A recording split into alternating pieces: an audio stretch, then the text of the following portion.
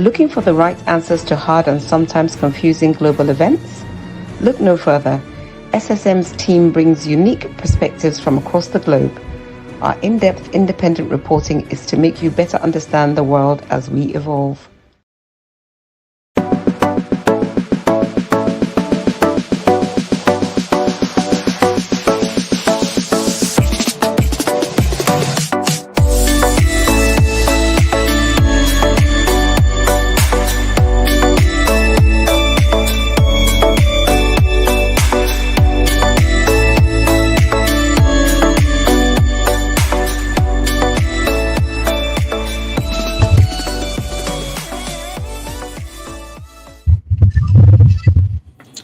Yes, beautiful Friday out here in Milan, Italy. You're welcome to our Friday International Update. My name is Godwin Iweala, and I'm here with my colleague, my coordinators.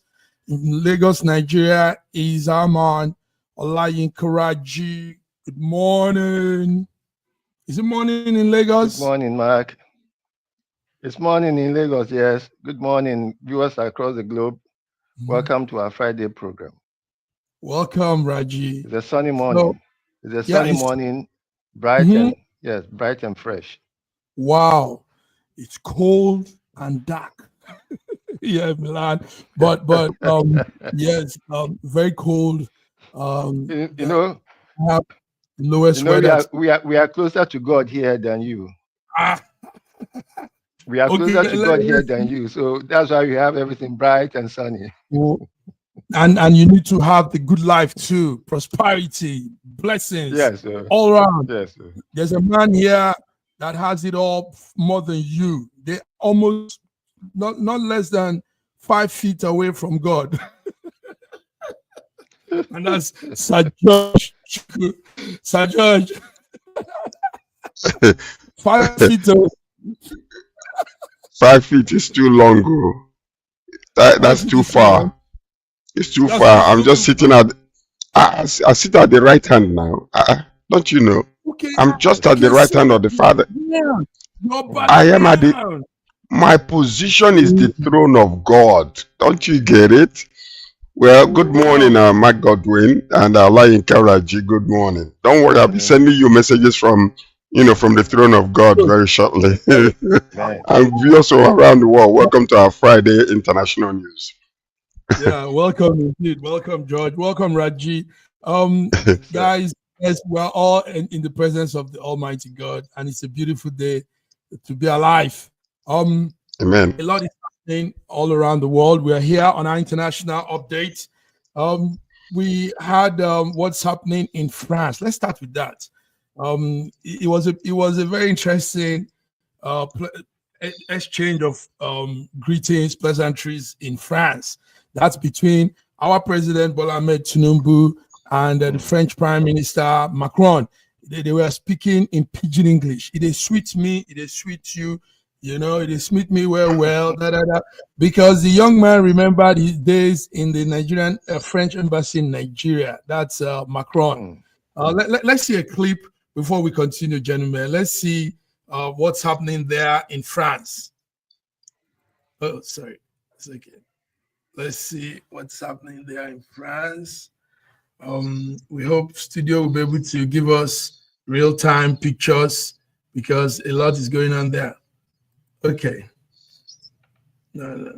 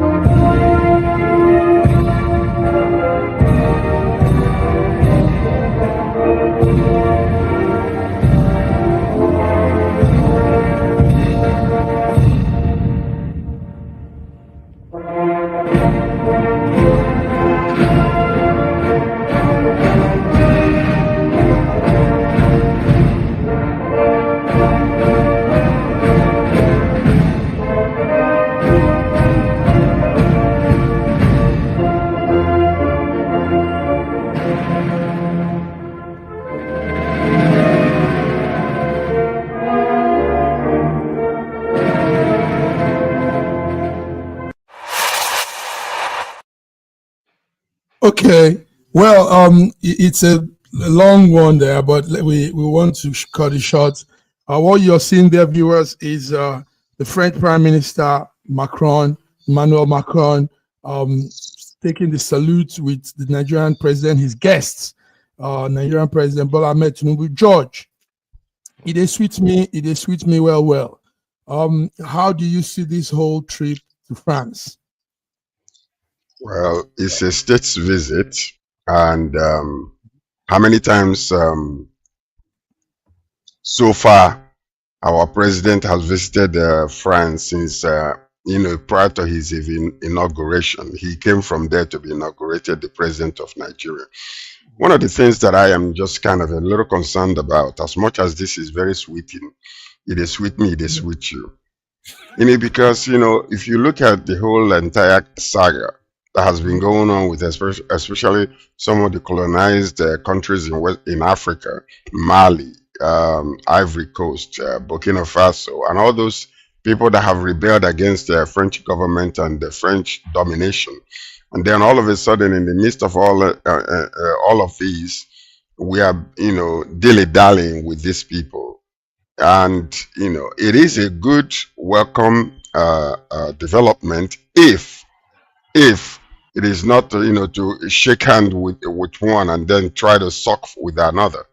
I'm a little concerned over that situation because the type of dilly-dallying and bromance that is going on between the two countries doesn't seem to be, it's very concerning. Why is that? Is because we usually don't stand our ground to gain equal, fair treatment from other countries. So if what they have done to these other countries like Mali, Congo, and all the rest of these French colonized nations, and then we are dilly-dallying with them, I hope that Nigeria will gain at the end. It is not going to be, take. Because some of these things that are happening, unless we understand fully the inside scoop to the whole thing, we might be mortgaging our country to another country like France. Because France is at a desperate state right now as we speak. Most of these countries that they used to suck dry and rape, they have refused to become victims again, and all of a sudden Nigeria becomes the darling of Paris. I don't know. I'm just concerned. That's all that I'm saying. Okay. Thank you, George. You see there is Raji, I hope you can hear me. One of the things we see there is that Zenith Bank has been established. There's a branch now in Paris, and well, we don't know how that can affect us economically back home, but there's a branch of Zenith Bank in Paris, and we saw all the razzmatazz, all the bank boys in Nigeria, Elumelu and the rest. Tell us, what are those gains from this trip? What are some of the other gains we might see? Well, I wouldn't know. I wouldn't know because it's still unraveling. But my observation is that the president has been in France more than 4 times previously, and in the previous visits, I don't think that he was accorded this kind of reception. So, what were those previous visits for? They were not state visits. Were they private visits? Were they medical visits? Were they something else? So that's my observation from this, because now it seems as if the carpet has been rolled out for him. Is it because they have now come to a certain agreement, which form the basis of the suspicions that Sir George was expressing? So whatever gains or the Zenith Bank or UBA is doing, I do not exactly know, but this is my observation. Okay, thank you very much. So anyway, yes, that's something to highlight. The president has been there a couple of times, and no, not a couple. This is the 5th visit, 4th or 5th visit. Okay, and we never saw this parade and all these they have done to him. Yes, this kind of reception. it looks like obviously it looks like some the French people have one cunning set of people, George. Yes, they know how to rub your back, like the rat will do, bite your feet and keep blowing you breeze, so you don't feel the pain of the bite. Anyway, Raji, let me ask you again, from moving forward, do you think the bank having branch in France adds up? Is that anything progressive about that? I mean, like I said before, I'm not so sure. I'm not so sure. Our relationships with the French has been very, very sparse in the past. Our relationships have always been with the Anglophone countries. So I don't know what development we are going to gain from this.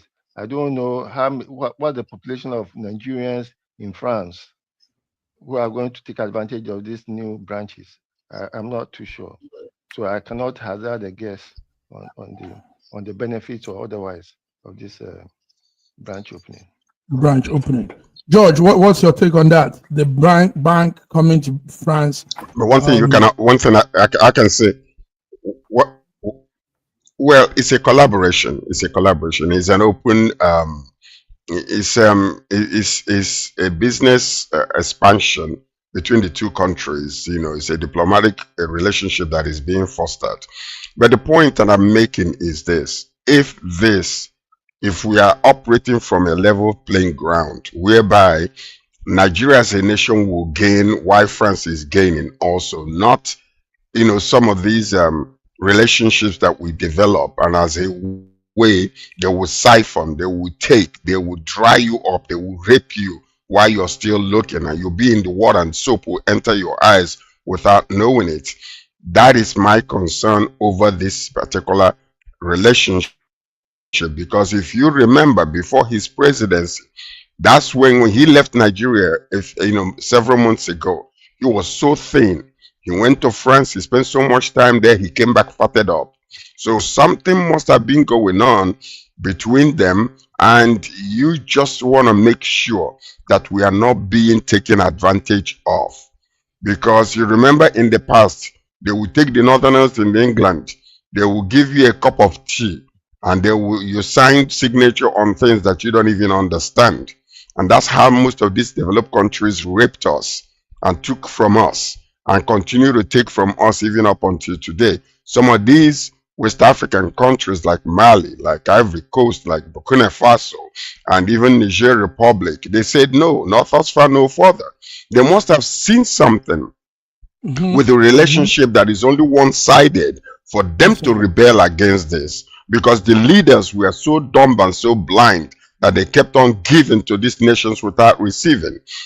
So they will come and take all your resources, refine it and bring it back to you, and you pay exorbitant prices for it. All I'm hoping is that Tinubu, who claims to be a businessman, who understands international business, who has been abroad, several times before, will be able to stand his ground whenever there is negotiations. And some of these sycophants that are following him and about will be able to look into the fine details of the contracts that are being signed. Because all you see these days is nothing but propaganda government, and we are tired of it. We want a final bottom line where people can feel whatever that you are traveling and spending our money all over the world for, or else your presidency is all about going to enjoy yourself internationally and expose yourself and legitimize yourself as the real president. We don't want that. We want you to go there with open eyes and open mind. And any relationship that we are developing with these countries must be mutually beneficial, on equal playing ground. It doesn't matter whether you are UK or France or Germany, it doesn't matter. Let Nigeria gain from these relationships. That's it. That's it, George. Thank you. You put it out straight. So yes, viewers, you are hearing it live. This is SSM Tinubu in France. He called for strengthening Nigerian-France ties. He said he's urging people to invest in France, in Nigeria, in food security, education, solid minerals, and all the rest. So We have now created that bilateral relationship, and we hope it brings something good for us all. Thank you, guys. Thank you for that one. Let's move on to other stories. Today is International Day, viewers. SSM 29th November. We're here on our international update. Let's look at some other things that also affects us before we come to the real deep story. Let's look at what's happening in Lagos. We had yesterday, Raji, the UK embassy has opened Africa's biggest visa application center in Lagos.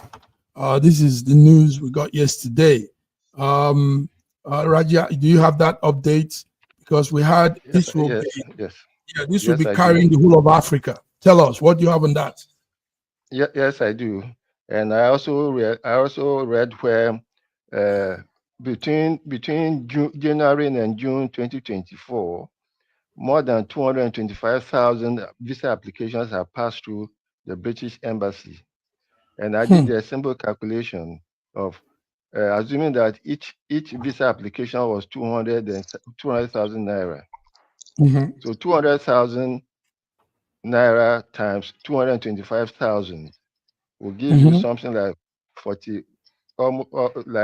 45 billion naira. So in the last, let's say from January to date, Nigerians have spent more than 45 billion naira seeking visas to the United Nations. I don't think I can't believe that I want to believe that there's no British company doing business in Nigeria who is making this level of income with such a limited number of people and hardly any investment. 44 billion naira in the last 6 months. That's putting it very, very. And then these applications are without any guarantee of being given. I wish I have this kind of business. Raji, this is you know something. I like Raji. You have just done something that even is equivalent to what Elon Musk is doing in technology. So let me tell you something. When a business is good, when it's profitable, you expand. You expand. So you tell me, we have one office already, in Victoria Island, I believe, and then there's another one opening in Ikeja, and we have one in Abuja. So this is like 3 of them, 2 in one city alone. That tells you volumes, the type of profit they are making, because they expanded it and they're making it even much bigger, because Nigeria is the most traveled country, one of the most traveled country in the whole entire world. Statistically, when you take a look at it, people that wants to get away, people that wants to jump out to another country, even now is even much more than ever. So it's a profitable venture for them to invest that type of money, because they are telling you it makes it even easier for you to apply, but it doesn't guarantee you success. So the question is, 225,000 applications passed through. We need to find out how many of them were approved. Because I'm quite sure that less than 15%. So now 15% to 20% approval rate, yes. Okay, approval rate. So that means that 85% is nothing but profit. Okay, gentlemen, right? let's also look at this like this. Is the West deliberately making us have bad leadership? Because we know sometimes they are the ones behind our leadership, and they now render our economy also somehow rickety. Do they do all this intentionally so that our people will come to their place, develop their land, build their land? I do not think that we should blame the West for our woes, the woes that we have brought upon ourselves. I do not think so. No, Raji, we No, need to blame Raji. to an extent. Okay, We George, need go to ahead. take responsibility for our own woes. George, go ahead. The point is this. The point that Raji, you're correct. Number one, listen to this. If you be Mumu and I'm doing business with you, what business of me? What do I have to do? Do I have to re-educate you when I know that if I'm giving you, I'm taking £100 from you and you're taking £1 from me, and that's it. I'm gaining 99 all the time. If you be Mumu, whose fault is What it? is that? We can blame them if they're playing smart business with us, and we are just like sheep from the northern part of the country, mumus. So what do we want to do? Are we going to blame them for being smart? Are we going to blame ourselves for being stupid and ignorant and dumb? We're not blaming anybody. But the point about it is this: in order for them to succeed in what they are doing, and they have been doing since several decades ago, they don't need anybody that thinks like them. They want you to be as ignorant as ever in order for them to be able to come rape you without you knowing it. And that's the beautiful part of it. They will give you a little stipends with one hand and they take your whole country with the other hand. So who do you have to blame? You don't blame them. They're sharp, intelligent people. They are doing business. So if you be mumu, that's your problem. So we can't blame them for what is happening to us. It is up to us now to wake up and say, thus far no further. Let's give us a Nigerian president who is as intelligent as any other prime minister or president around the world, who can stand the ground and defend our resources, defend our economic welfare with other nations, including with the World Bank. So you don't blame any of these people. They're sharp, they're smart. So if you're blind, deaf, and dumb, it's not their business, because they will always continue to do what they are doing. And I don't blame them either. We don't blame them either. But no. Also, it's not humanity to capitalize on somebody's weakness and muzzle the person out of. We need to understand. We need to understand that most of Western European and North American so-called civilization came out of violence. They are very, very violent people, and they are colonialists. And the colonialist is not going to be humane to the person is going to oppress. Okay. It is unfortunately for them, the nature of the African is to be welcoming. We are not violent people. We don't go about dominating others, colonizing others. But we are not violent. The problem with that. Fortunately, they take the problem with that. Yes, please. Alainka, listen to this. We are not violent people. I am so sorry, but we are ignorant people. That is the bottom line to it. Think about it for a moment.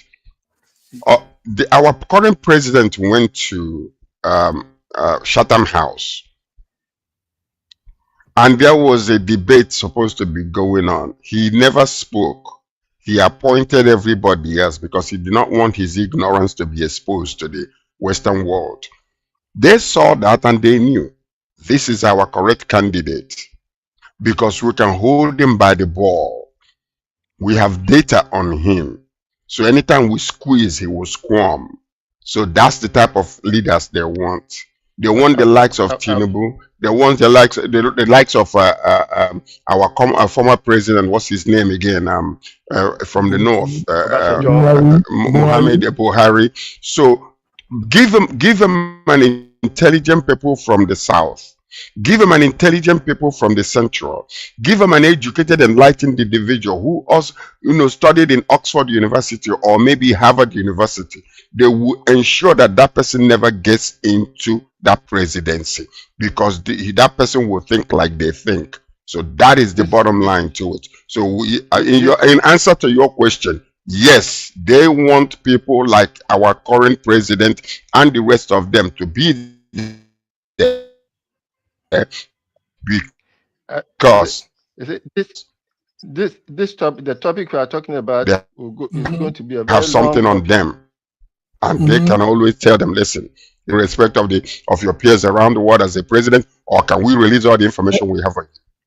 Yeah, okay. George, Raji, go ahead. You were going to say something. See, is it, for as long as you are playing catch up with the Western world, well, so-called ignorance will be obvious. Am I audible? Can you hear me? Yes, you are. Yes, I can hear you. So it is not a matter of ignorance. It's not a matter of ignorance or their own smartness. It is our position to be following them. And in following them, we'll always be at a disadvantage. That's why I've been saying that, look, all this borrowing that their government is doing around, we are trying to do catch up. We want to build infrastructure without defining that infrastructure. We want to do this, we want to do that. Let us live within our means. What we have, we live within our means, and we will grow. We will grow. Good one. Not that we want doing catch up. Go and take nowhere. Thank you. We cannot Thank catch you. up with them. Yes. We cannot. We cannot. We need to. No, you see, I have another aspect, another angle. I have another angle to this in catching up. Catching up is not even the equation. It's not even the question. And that is not even the situation. Catching up is their idea instilled in our mindsets in order for them to, to be able to be bringing these loans to you. Because the more they remember, the borrower is a servant to the lender. As long as you are taking their resources as money that you are being borrowed, and they know that you're not going to use it to help your country, it will be abused. By the time that money gets to you, and by the time within a few months, you won't even see that money. You won't see any uses of it. Listen to me, though. Listen, the open arm, the open. We're the one going. Allah encourage you. We are going for loans. Why are we going for loans? We are going for loans because of mismanagement of our resources. We are not managing our resources. Most of the money that are being gotten, huh? Go ahead. I'm listening. Go ahead. The education that we are taking from them, the education that they have laid down for us, makes us slaves. Because if you go into an average Japanese, Chinese, Indian school, you're not going to be seeing children reciting A for apple, B for ball. They are doing some serious hands-on developments in that to develop their intellect. We are still caught up in the same curriculum that we've been using since 1991. Simple industrial complex type of education. We are not now talking of this point, education. We're going to come to Australia, putting a ban on the age for using social media. So I think we'll hold it there, Raji. That's a good point to bring up. That's a very good point that Allah Raji is making. But let me tell you something else, okay? Let me tell you something else. It's not the education that we are receiving from them is our problem. After all, Singapore today, I remember 40 years ago where Singapore was. Look at where Singapore is today. Japan, the same thing. Singapore, they speak English. They were colonized by by UK. But today, they decided to change the way they think. Yes. Nigeria was better than Singapore in the 70s. Yes. Let's bring it down on this one. Gentlemen, we'll go on a short break. So viewers, you're watching SSM Friday International Update. We're talking about United Kingdom opening African biggest visa application center in Lagos. And what the gentlemen are talking is, are they milking us out of our intelligent people? We talk of the brain drain, we talk of all these things. And it's even going to get more because they've opened the biggest visa center. Everybody will be coming to Lagos now. Raji, I think you need to look for a job on accommodating those thousands of other Africans that will be coming to get UK visa. I think the visa will be good Their business for you. their visa application fee should be free for Nigerians. Okay, because we'll be accommodating other Africans too. Take note, it's not only Nigeria now, it's an African hub, visa African hub for the whole of Africa, coming to Lagos to get visa to the UK. Now they want us to run away, japa, and leave our country and come build their own country. All right, anyhow, this is where we find ourselves. Gentlemen, let's go on this short break and we'll be back. Please don't touch that dial.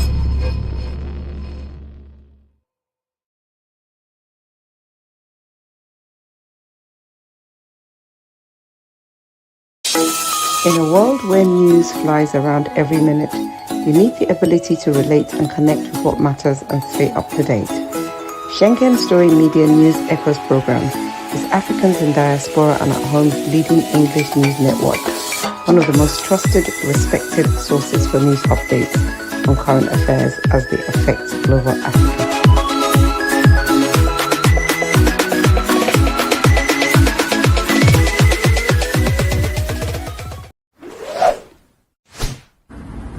A year ago, I wrote a book titled The Final Solution, and I was trying to say to the rest of the world that there are challenges ahead.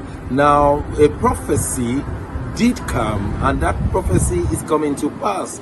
But I'm telling you, the final solution has been found many years ago in the Bible, because the Bible simply says righteousness exalts a nation and sin is a reproach to the people. So I want you to know that we can get solutions to problems in Ukraine, in Russia, in Nigeria, indeed all parts of the world. We need that solution, and the solution is straightforward. Please get a copy of my book. It's the Final Solution by Bishop Shaky Johnson, and you can find it in Kindle, in Amazon. Just type Bishop Shaky Johnson, The Final Solution. It's very, very small book you can read within 2 hours, but it contains the final solution. Do get a copy. Not getting it is doing disservice to humanity. Don't forget The Final Solution.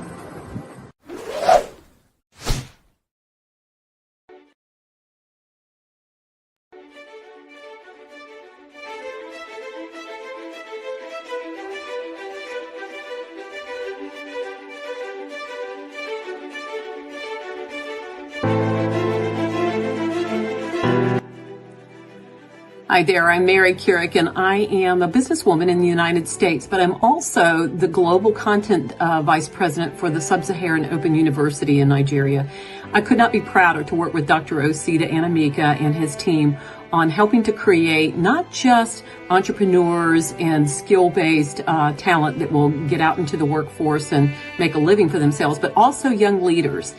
And to that end, with this integrity-rich university environment that's accredited now, and it's just an amazing opportunity for anyone there of any age to jump on board and learn, we want to let you know about a new offering that we have. We have a global governance and diplomacy course now provided by a whole team of people that crosses several countries to put together these resources and lots of great information for those of you who might be on the path toward public service and diplomatic service, NGO leadership, that sort of thing. We hope that you will walk through this open door and enjoy.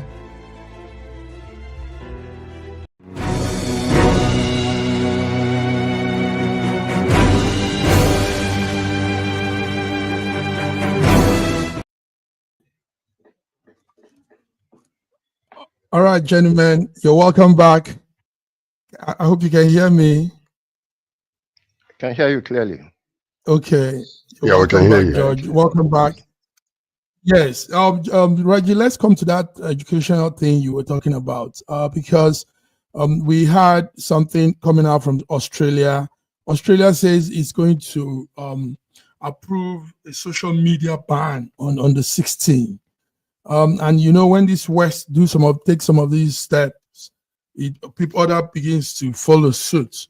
So Australia wants to ban children under 16 from using social media.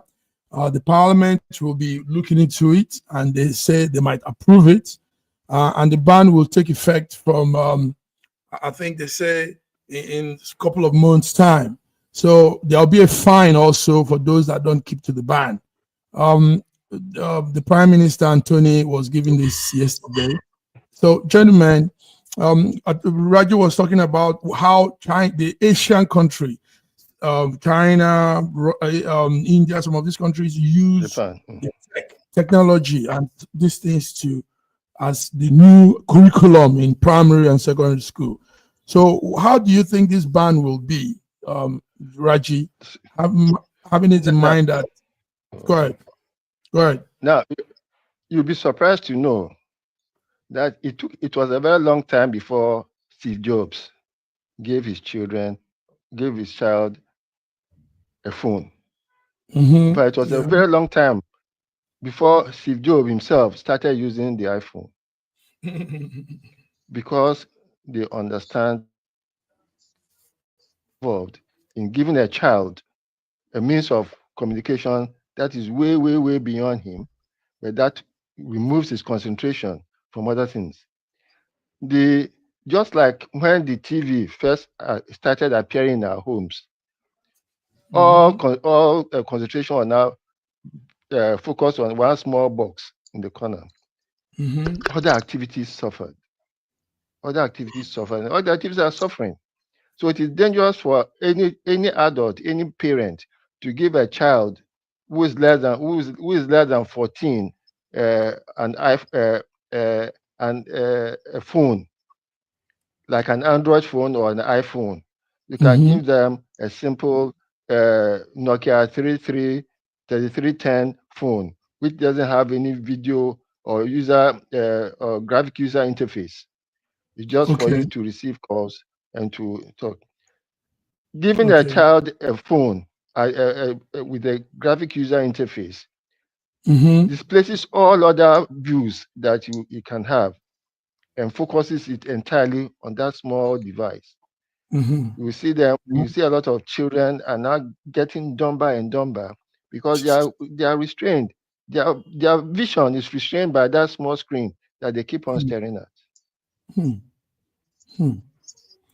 So yes, but when you now talk about the method these Asian countries are using, yes. Now, let me tell you that the TikTok in China is quite different from the TikTok you get here.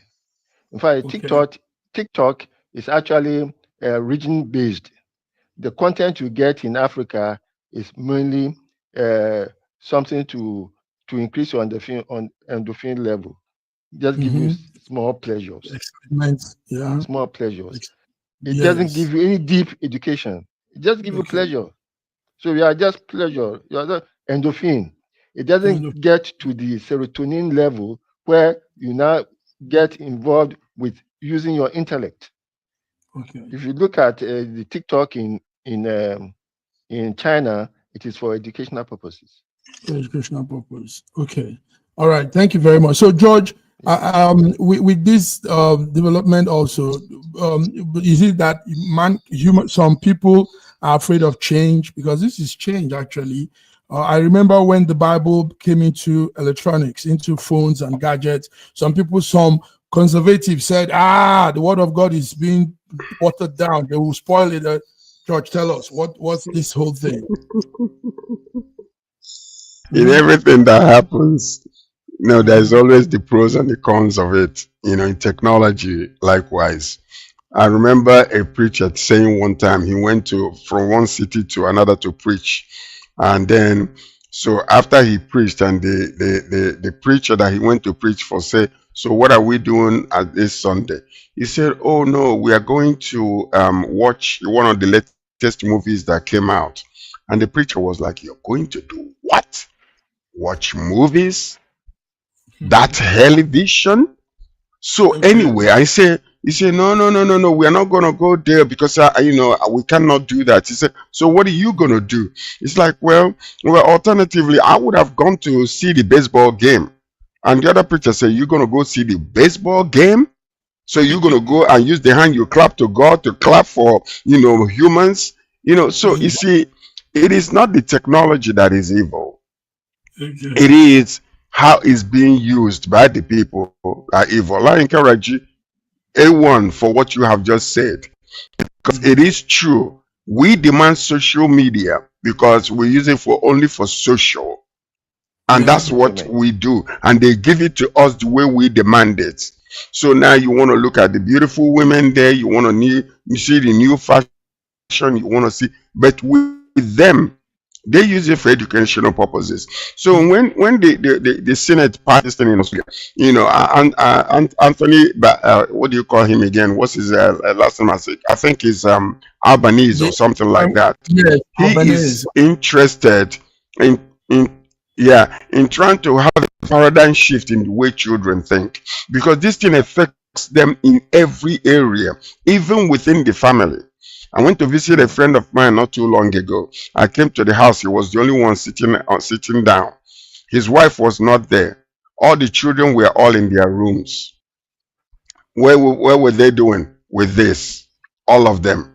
So, and you can't interrupt them. You go and knock at their door, they will yell at you.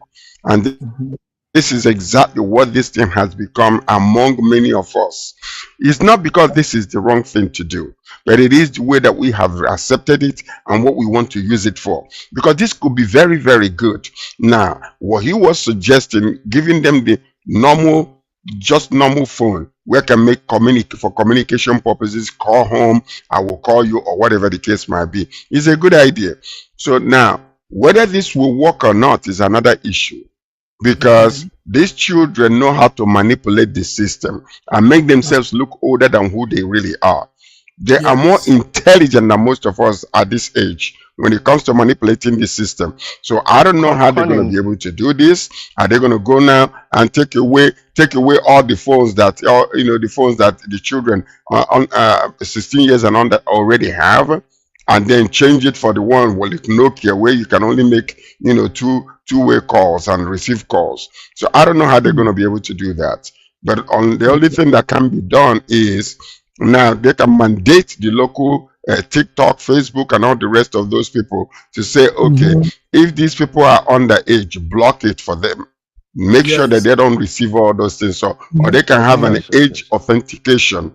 So whether it can be done or not, I don't know how they can be able to achieve this. But it's a good idea, because I'll tell you what, you will be surprised what these people are looking at and what they are, suffering through. It's just beyond comprehension. The content is available on the internet. We have a message. We have a text from LinkedIn. Somebody wrote and said, in today's rapidly evolving digital landscape, modernization has become critical. So we have to accept some of these facets, this growing demand. Oh boy, sorry. So anyway, the person is adding his voice to it, and but I think also that we need to also be careful of what we are, how we go about it. So George and Raji, you're both saying the direction of what should be on the phone should be more educative, more things that are not just some joy-giving apps that will be creating. Yes, so that's it. But the other thing also is, when Australia passed this bill, most European countries will be looking at that too, and we might have it spread around and come to Africa, which somehow could also help with our lives. Africa mainly. Okay, gentlemen, let's come to some more hard knocks, some real hard knocks. Syria rebels launched an offensive in their town, and in fact, it was a strong one. Syria is still at war with itself. They are coming close to territories that the President al-Assad forces had taken hold before. This Islamic group, they call them HTS. They are moving very strong, destroying cities, seizing towns and villages. Gentlemen, let's talk about Syria. What do you have on that? Raji, let's hear you. You see, I saw the picture of Damascus, how Damascus has become. Damascus is a is the most ancient, consistently inhabited city in the world. Okay. Now it's a lot of the ancient places, ancient Mm-hmm. places that should be reserved, has been destroyed. There's Oh hardly a boy. building standing in Damascus. It is sad. Okay. And this war is just a proxy war, a bunch of Mm-hmm. idiots fighting each other. If they are actually real Syrians who love their country, it's long time that they should sit down. Okay, look, we can't go on after we have destroyed this country. What is left for us? Okay. Okay. Yes. Okay. Okay. After we've destroyed this country, what is left for us? George, now this goes to show what Trump used to say. That was why he was pulling the troops from Iraq and all those places, because he said these countries have always been at war. When they are not at war with themselves, they're at war with somebody close to them. They just like war. Now some people will say, "Hey, it's Israel." But look at it now. Inside their own country, they are messing up things, breaking down their structures, their infrastructures, and bringing real disaster to their people. So tell us, what do you think about the rebels in Syria and the war? Well, some of these rebels are rebelling against the government, and sometimes it's simply because of ethnic differences between these regions, and that's one of the major problems. You know, I mean, it happens all over the place. You go to United States of America, the Democrats are rebelling against the Republicans, the Conservatives are rebelling against the liberals. It's all a way of thinking. But you know, in some of these places, they use no. They are intelligent enough not to destroy their infrastructures and destroy their cities and mess it all up. But you know, some of these people are nomadic in their ways. They are very nomadic in their ways, and they don't believe in the civilization that we have right now as a way of living.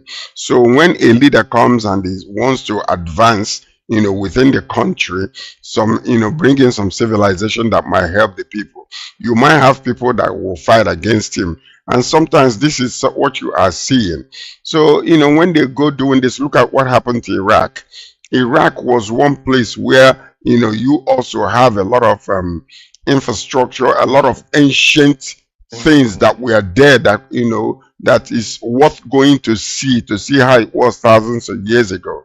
Most of them were destroyed. In Syria, the same thing. So now when you have leaders who refuse to step down, authoritarians who want to be a lifetime emperors for their nations, you will definitely see people coming against them. Don't want to say enough is enough, you're going too far, we're having diminishing returns in your leadership. Give opportunity to others, and that's what you're seeing in Syria. Syria was the last one that was being fought against, and then he succeeded in staying back. But he's a lifetime president, so you will always see conflict in those areas. You will always see conflict in those areas. Viewers, so what we're seeing here now is these are pictures coming out from Syria. Syria is at war.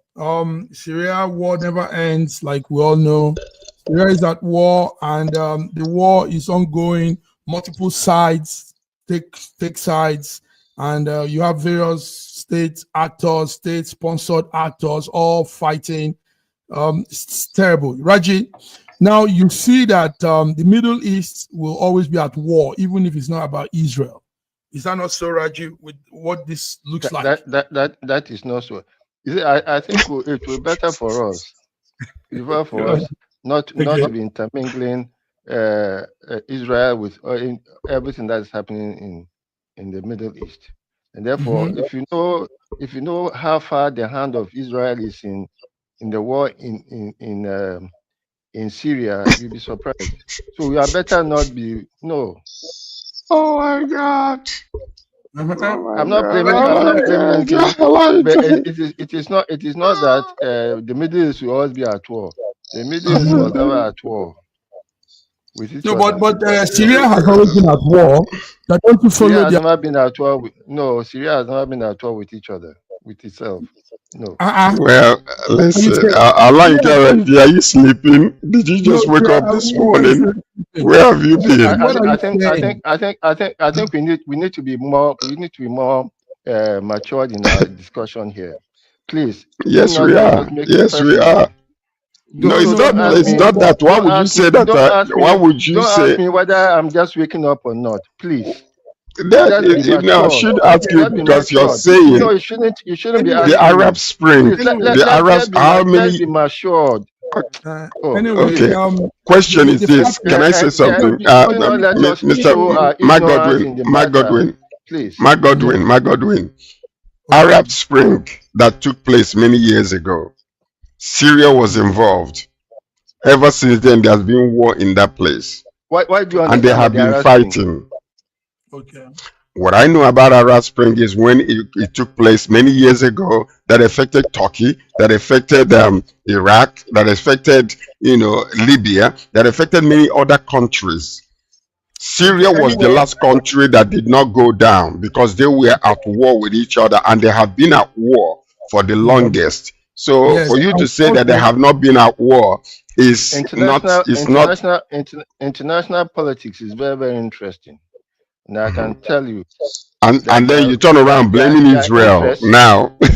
I'm not blaming Israel. Did I blame Israel? That's what you said. That's what you said. That's what you just said. You just said that you will be surprised. You just hold on. You said you will hold on, Olayinka. What I'm saying is, if you understand Middle East politics. Let's go to other topics. Please, let's go. Yes. 15 people were killed. Actually, it's just a news. 15 were killed and so many people missing in Uganda's mudslide.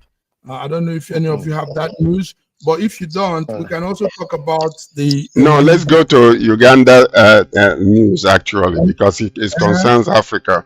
The landslide there took place late Wednesday, and it hit many villages like Masugu, and the eastern Bulambuli in district, about 5 hours from the Kampala region. So they said that about 15 people died. And, this particular, there are five different regions that were affected. These villages here, Masugu, Namachele, Natola, Namagugu, and Tagulu. They were all infected. Now, the news was that about 100 people are still missing, but they're saying that it has increased to 113. So right now, they are trying to exhume the bodies. But the thing is that when it was being said, 19 people actually, they said, died. And they are saying that most of the people that are still missing, they are presumed dead. Because many of these houses were buried completely submerged, so there is no way people will survive, and we extend our condolences to these people. I'm not quite sure. It's been raining in that area, and there are so many casualties. Many have lost their homes and their businesses and things like that. So it is very sad. We extend our condolences to them. Thank you, George, for that very precise updates. Do we go to Namibia, because we still have some of our viewers following. By today, we will know what is happening in Namibia. Namibia has gone to the poll. They've been voting since Wednesday. Maybe we need to see a small documentary on that before we proceed. It's been peaceful so far. Okay. Yeah, go ahead. Tell us, talk as the video is playing. Go ahead. So I think it's been peaceful so far. We've not heard any case of violence or attacks. So it's quite pleasing news. Okay. The SWAPO government have been on board for some time, and we know they maybe. This might be they will not live past this because other parties are coming hard, and the lady we see there, Nadi is one of the opposition candidates, and she's pulling strong. That's her going to vote. So you Namibian viewers, our wonderful Namibian viewers, you're seeing pictures coming straight from Namibia, and Windhoek, the capital. By tonight, we will know what exactly is happening in Namibia. Who takes the helms of affairs in Namibia? Yes. Yeah, what we're also noticing is that they say that about 1.4 million people are eligible voters, and then also they were saying that the incumbent president Nangolo Mbumba took over as an interim president following the death of Haji Jainjobo, or in February. But this lady here is so powerful, and I think my question is, why was he the interim president if SWAPO has been leading this country for how many years now, since their independence in the early 90s? So now, but they're also saying that it is very likely that they will not get up more than 50% of the vote, because you have to get up to 50% of the vote in order to declare the president and above. So if each candidate does not do that, in the next 4 months, they're going to do another election. But the likelihood that this woman might come on top, because she's pulling very, very strong, is very high, and she will become the very first female president of Namibia. And we hope that she wins. In my own, that's what I think. At least they need a little bit of nurturing to bring them out of everything that has been done in the past. Yes. Wow, George Raji. It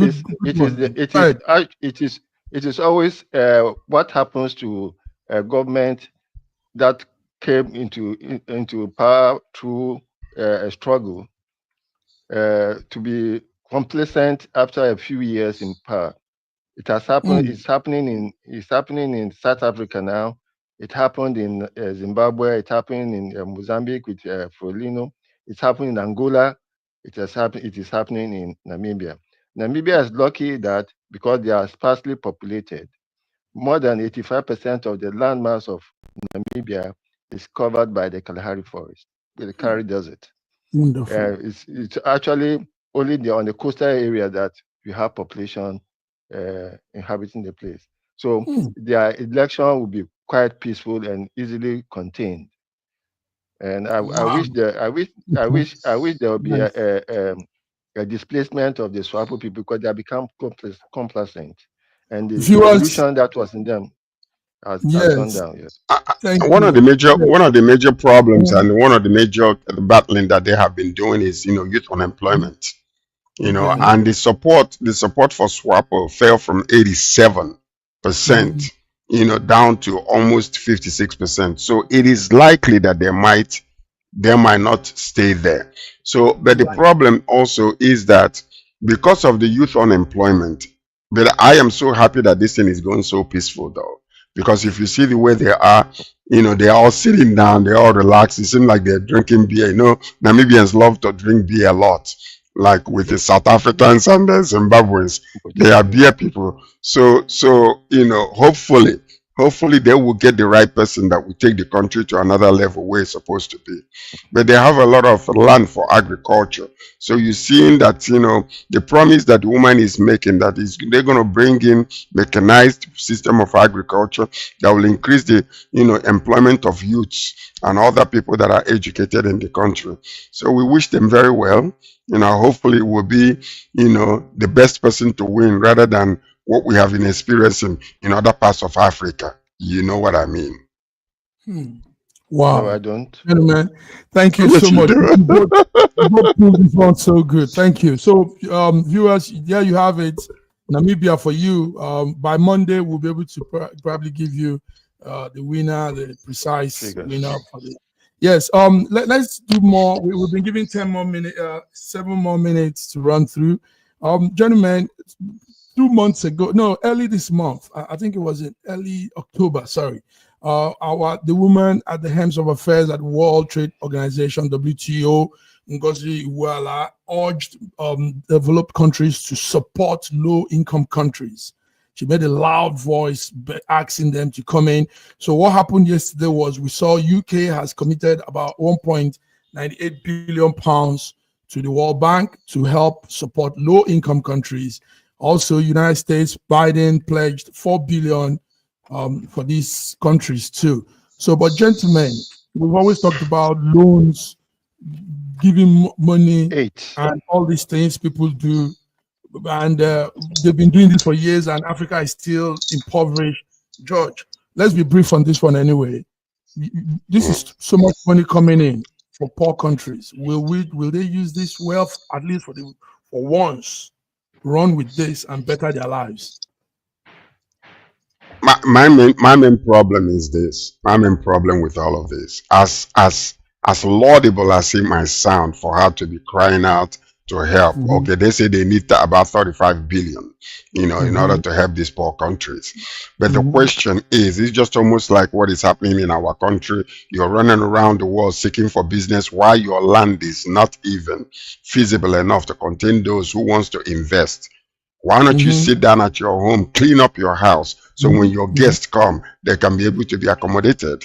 So now the problem is in giving aid to all these countries. You are only reaching quite a few number of people, the leaders, the 2%ers, because most of the time they don't use it for nothing that is going to benefit the people. Nigeria today, as it stands, can actually have a free education. Nigeria can have free education all the way to university level. We can afford it, but we refuse to do so. All the money that we are wasting, all the money that is being looted can be channeled into educating the masses from the north to the south, east, west, and all over the place. But we refuse to do so. Now they're giving away, we're borrowing money, we're asking for more money, but what are we using it for? We need to clean our houses. Okonjo-Iweala, we applaud you for what you are doing. But more than asking for these loans and all these things, is educating our people how to be able to, monetize our resources, become viable in the world economy, so that people can seek us. Look at India today. A decade and a half ago, India was a no-go area. They were all begging food all over the place. But today, they are third in rank when it comes to the world power. Whether we like it or not, they become a force that can be reckoned with. But because of poor leadership and poor leadership in Africa, that is what the major problem is. Ever in South Africa today, as you see it, since the apartheid was over, look at how deplorable and despicable that country has become.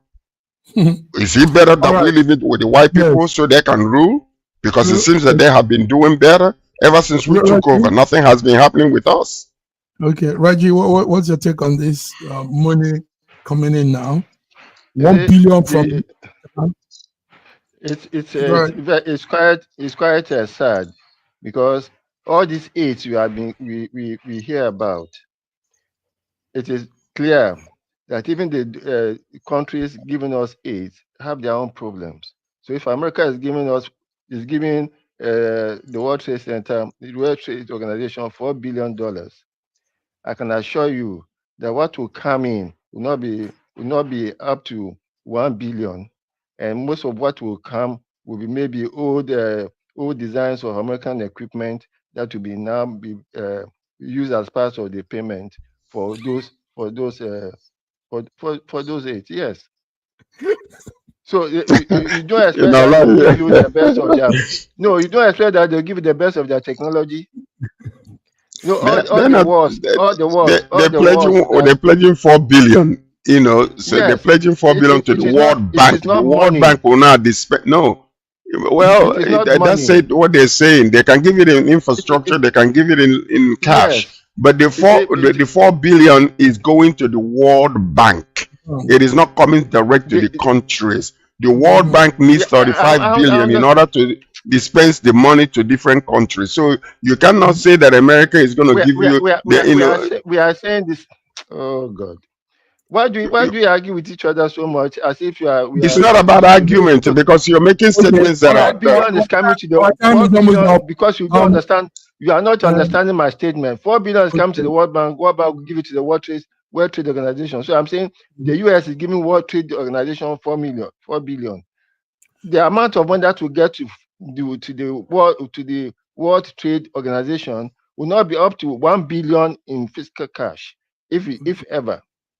It will come in some of you just mentioned it, come on, machinery, equipment, and whatever, and you don't expect that America will give you the best of their technology at the price that they want to. No, everything is in the details.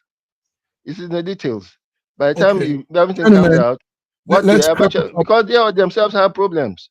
Yeah, that's correct. No, All the wars, all the wars Mm-hmm. that America is fighting, is because they have to give out all their armament before they expire. So they have to find a place where they are going to use the armament.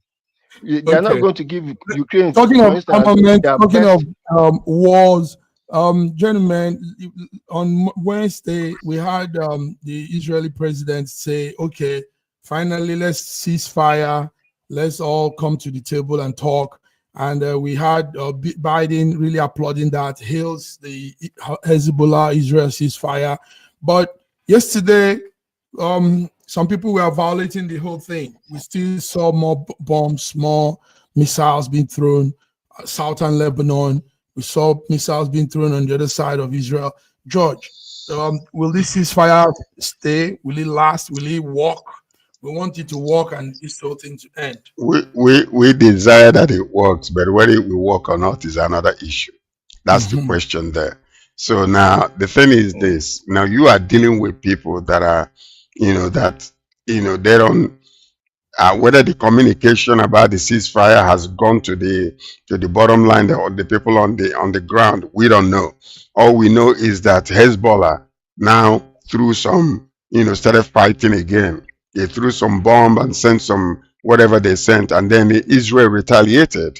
But the point is this: the day, I think, is going to start 4 a.m. or 4 p.m. On a particular data. So it's not yet time. So even when they're violating it now, hopefully this thing will not escalate to another level, because we are hoping and praying that there will be this Hezbollah ceasefire will affect Gaza. Hopefully that it will, so that they will stop all this killing innocent people, destroying things that will take years to rebuild. So that's our hope. It's like somebody fighting a much stronger opponent, and then the opponent has told him, okay, I'm going to release my hold on you starting from tomorrow, but meanwhile I'm releasing it. If I have a chance to give him the last bite before he releases that, I think I will take advantage of that release and give him the last bite before the cessation of hostilities. And I think that's what is happening. Hezbollah has been blasted so much that if they can have one last bomb to throw, I'm sure they will take advantage of that. If they can have one last bomb to throw, gentlemen, one last bomb to throw. Yeah. Let's throw our own bomb of closing. George, is there anything anybody wants to say before we go out? It's time. Anything you want to say? We just want to thank our viewers that have been with us for many, many years, and we thank you for watching and staying with us. We promise to be bringing you interesting news, and meanwhile, we want you to have the best weekend of your life. Stay in peace and enjoy yourself. Have a great weekend. Yeah. Thank you very much. Thank you, viewers. Viewers, this is it. This crops it up for this week. SSM News Echoes. Great men here giving us news updates, good analysis. And you can have it nowhere else like this, Oh, by the way, can I have a final word or something, please? Yes. I do want to apologize. I do want to apologize to Olayinka Raji for using that word against you. I'm so sorry. I apologize for it. Thank you. No, in the field of discussion, we go head on. Even though we have to respect each other. We're one. Yeah. We're one. All right, viewers, have a beautiful weekend. God bless you too. We come again on Monday between the lines. Yes. Bye-bye. And also a weekend for you all. Thank you.